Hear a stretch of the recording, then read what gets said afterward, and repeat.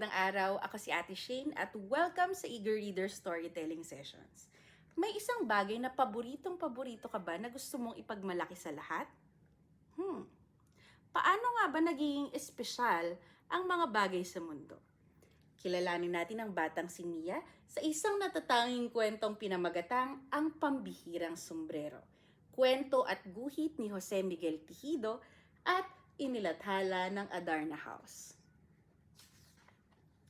Mahilig mangolekta ng kakaibang mga gamit si Mia.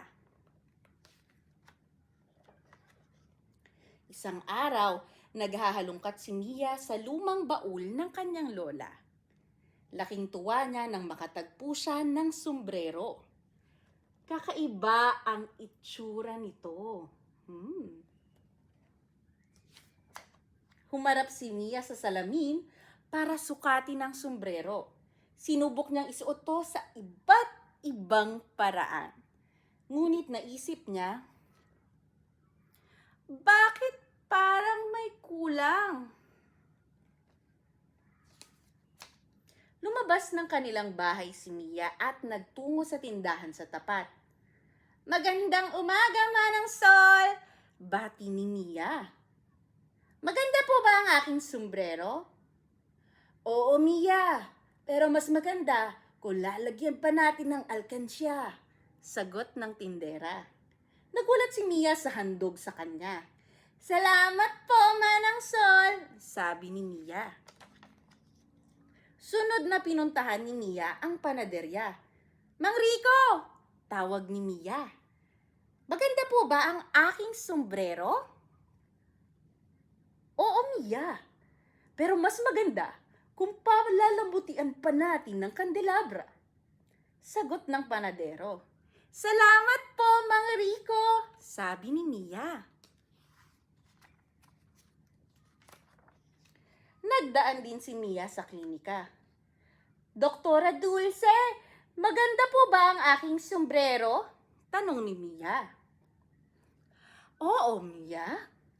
Pero mas maganda kung papatungan natin ng mga prutas, sagot ng doktora. Salamat po, Doktora Dulce, sabi ni Mia. Naglakad pa si Mia at nakarating sa estasyon ng bumbero. Mga Dor, maganda na po ba ang aking sombrero? Tanong ni Mia. Oo, Mia.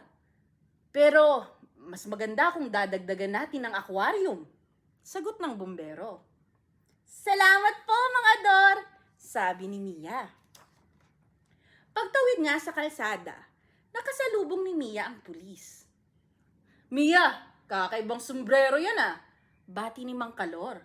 Pero mas maganda kung sasabitan pa natin ng hawla. Salamat po, Mang Kalor, sabi ni Mia. Umabot si Mia sa hardin ng plaza. Mang Lito, maganda na po ba ang aking sombrero? Tanong ni Mia. Oo, pero mas maganda kung kakabitan pa natin ng mga bulaklak, sagot ng hardinero. Salamat po, Mang Lito, sabi ni Mia. Pagdating sa palaruan, napakarami ng palamuti ng sombrero ni Mia. Mia, itong saranggola na lang yata ang kulang dyan, sabi ng kanyang kalaro. Sandali lang, Toto! Ngunit naitali na ni Toto ang saranggola. Biglang umihip ang napakalakas na hangin. Kumapit si Mia sa kanyang sombrero at natangay nga siya pataas. Nakarating si Mia sa mga ulap. Biglang lumobo ang kanyang sombrero at naging isang napakalaking parachute. Nang tumapat ito sa araw, nakita ng lahat ang angking ganda ng sombrero. At dyan nagtatapos ang kwentong Ang Pambihirang Sombrero, kwento at guhit ni Jose Miguel Tejido, inilathala ng Adarna House. Naalala nyo ba kung sino-sino ang mga nagbigay ng palamuti para sa pambihirang sombrero ni Mia? Kayo naman, sino-sino ang mga nag-aambag sa inyong komunidad? Sana samahan niyo ako muli para sa isa pang session ng Eager Reader Storytelling Sessions. Bye!